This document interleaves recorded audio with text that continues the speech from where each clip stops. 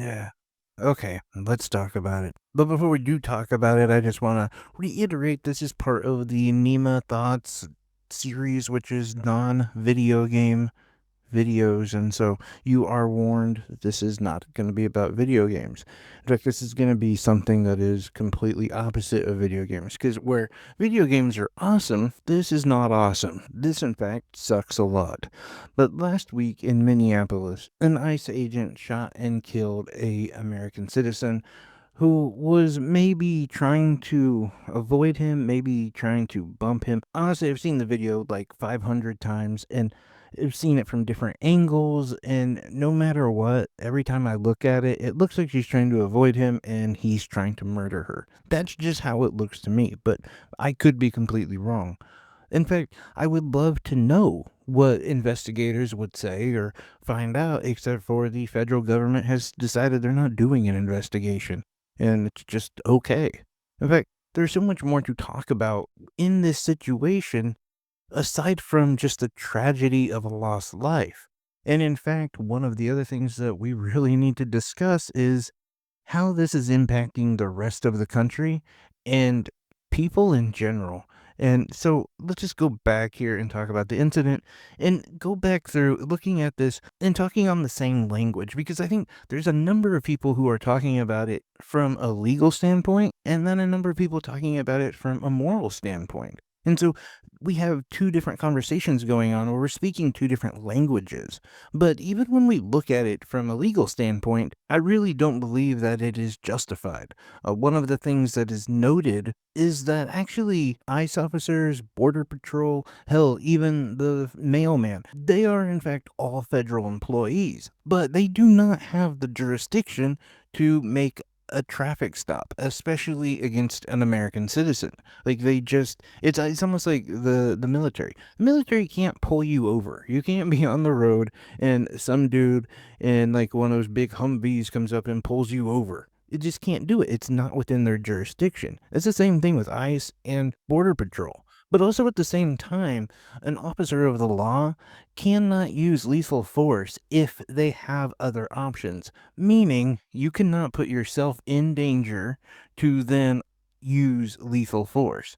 And one of the things that they actually cite in the handbook is walking in front of a car while it is moving. And while some people might say, well, it wasn't moving when he walked in front of her car, he actually it was. She was going backwards, and it is still the same thing. So there's a lot of conflicting things that are going on here. But I think the main one ultimately is this. After seeing every video, seeing what she even said to him, I think it would be incredibly difficult for anyone to justify the shots that he took after the first one. The first one itself, I think, is going to be really indefensible, but shots two and three were right from the side. Like they were right into the side of her car, where you're not in danger if you're shooting from the side of a car. And had this officer not taken her life, we would have been able to hear her explanation of the situation from her own mouth. But we don't have that luxury anymore, thanks to that officer. But it doesn't really matter because nothing is going to be done about this, or at least that's how it seems right now. Maybe the state is going to do something, but it really feels like the federal government is shutting everything down, and in fact, reiterating many times that the ICE officers have federal immunity, which I think is an incredibly important thing to mention because is something that I was looking at was holy crap, I don't want any federal officer or any officer at all to have a monopoly on violence, which they already do, but then to be granted just immunity. And cops are already given this like certain amount of immunity that I'm definitely not cool with. I don't think anybody who is out there with a gun and controlling my safety is allowed immunity. It doesn't matter if it's a gang member or if it's a police officer. But also, when looking further into this, I noticed that federal immunity does not mean complete immunity, like some people are saying. No, in fact, it just means federally, you don't have to worry about facing any charges. That doesn't mean the state can't bring charges against you, and that is something that is currently in the talks, and I think they're waiting for which state is gonna be able to lead with this, and then other states to kinda copy that, and I honestly hope that that is something that gets done, not just because I'm against some of the actions that ICE is doing, and some of the very, very just radical way that they're handling themselves. I mean, it's incredibly extreme. It really is. I don't care if you're a supporter of ICE or not. I think you would agree that there is no way that we should have a roving band of undertrained people walking around American streets, shooting Americans, running, going door to door asking for papers. These are things that we as Americans will not deal with.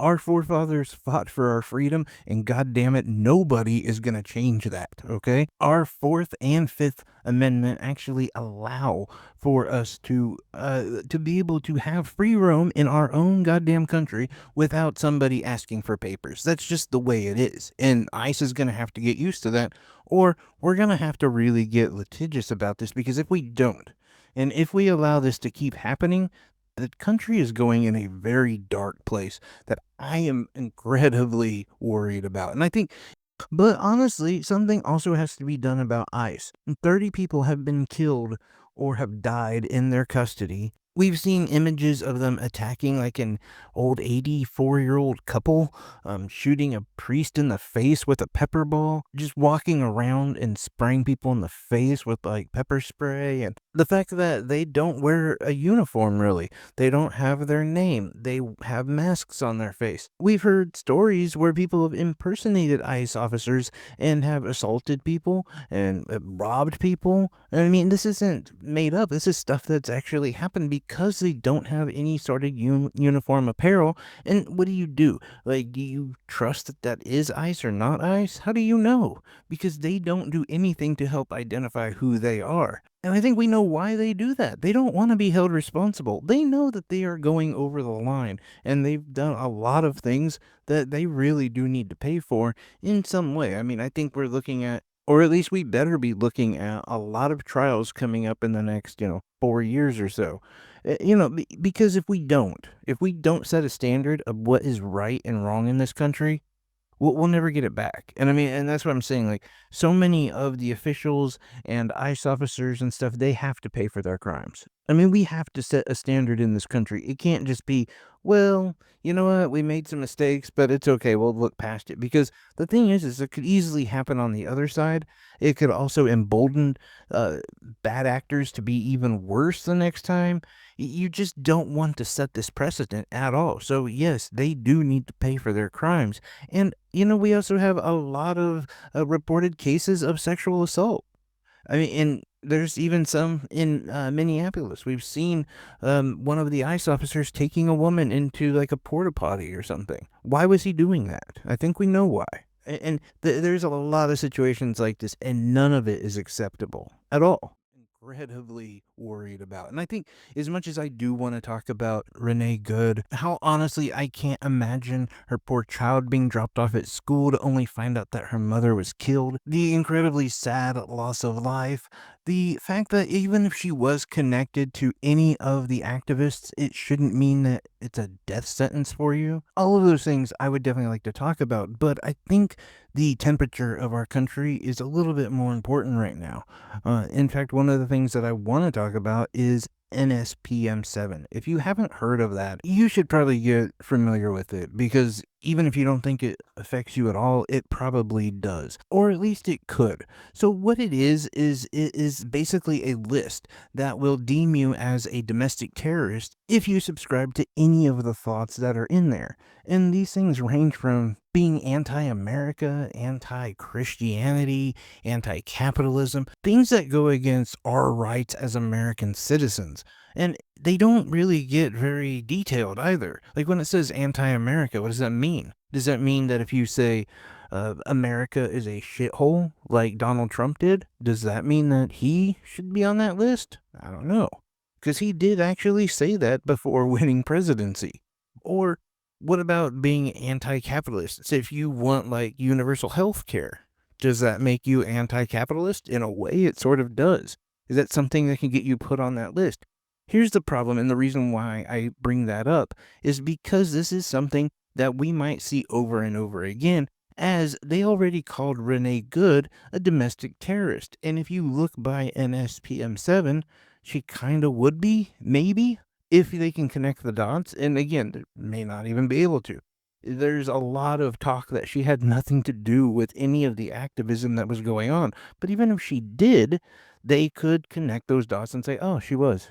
That's why anyone who is in that line of thinking is a domestic terrorist, which is presumably about 50% of our country, if not more, especially when you get into the anti Christianity thing. There's a number of people who don't believe in Christianity, or if they do, they don't believe in the type of Christianity that is prescribed to the good Christian white America. And that, again, is another issue because we're not talking about America anymore. We're talking about some foreign country that I've never lived in, some country that does not allow for freedom of religion or freedom of speech. And all of this is only really affecting one side.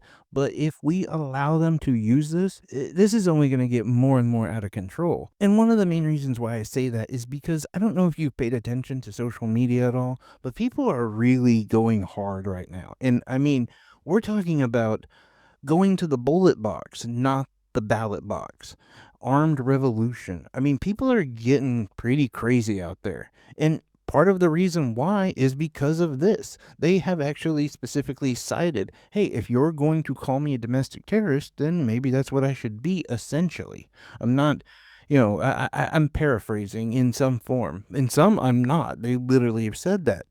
But we also have a lot of situations where people are talking about how nothing changes. And we're at a point where it doesn't matter who you vote for or what side you vote for, nothing is changing. In fact, the Democrats or the left wing is only really there to make sure that we don't revolt, but they will never actually change anything because they're paid by the same billionaires that pay the right wing as well. So we are ultimately just living in a country that only serves the billionaires, the wealthy, the powerful, and so on. And so all of that combined with the Gestapo that is ICE running around is leading people to one conclusion, and that is revolution. But I just hope that people understand that there are many, many ways to do this, and they don't all have to be violent revolution.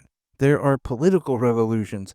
There are a general strike that we could all implement to basically bring the economy to a standstill. And so we literally are forcing them to bend to some of our wills, give them an ultimatum of things that we want done, or we cannot give them our labor anymore. And that is something that we might need to think about considering I don't know how long we're going to have our labor as an actual tool because we're being replaced every day by more AI, robotics, this and that. And that is another thing that is coming to a head.